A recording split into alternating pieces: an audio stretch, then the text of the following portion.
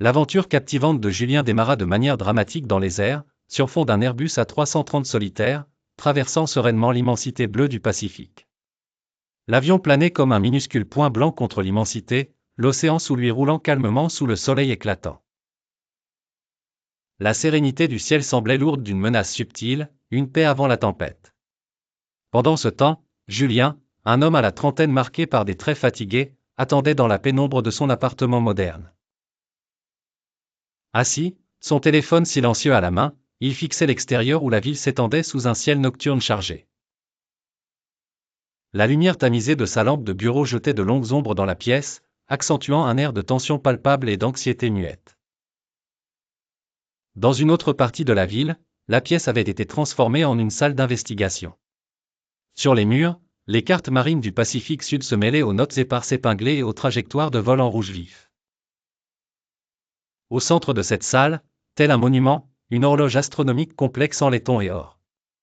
Sa beauté était singulièrement mise en valeur par un abat-jour qui éclairait ses rouages avec intensité, tandis que le reste de la pièce baignait dans l'ombre, amplifiant un mystère opaque. Mais c'est une tempête extérieure qui éveilla l'horloge de son immobilité.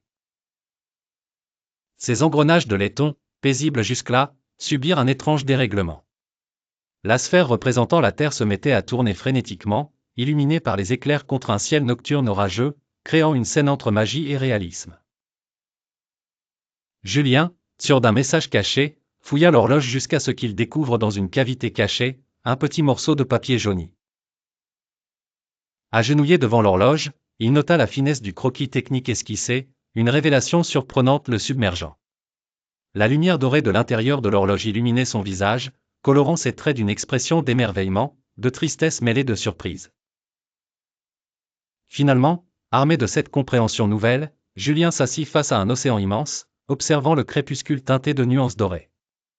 La paix s'infiltrait en lui doucement, alors qu'il tenait le bout de papier précieusement dans sa main. Accompagné du coucher du soleil et de l'horloge enfin immobile, il acceptait le mystère avec une sérénité mélancolique mais concluante, trouvant une forme de paix qui chasse les ombres du passé. Ainsi se terminait l'histoire de la disparition et de la découverte avec une quiétude retrouvée.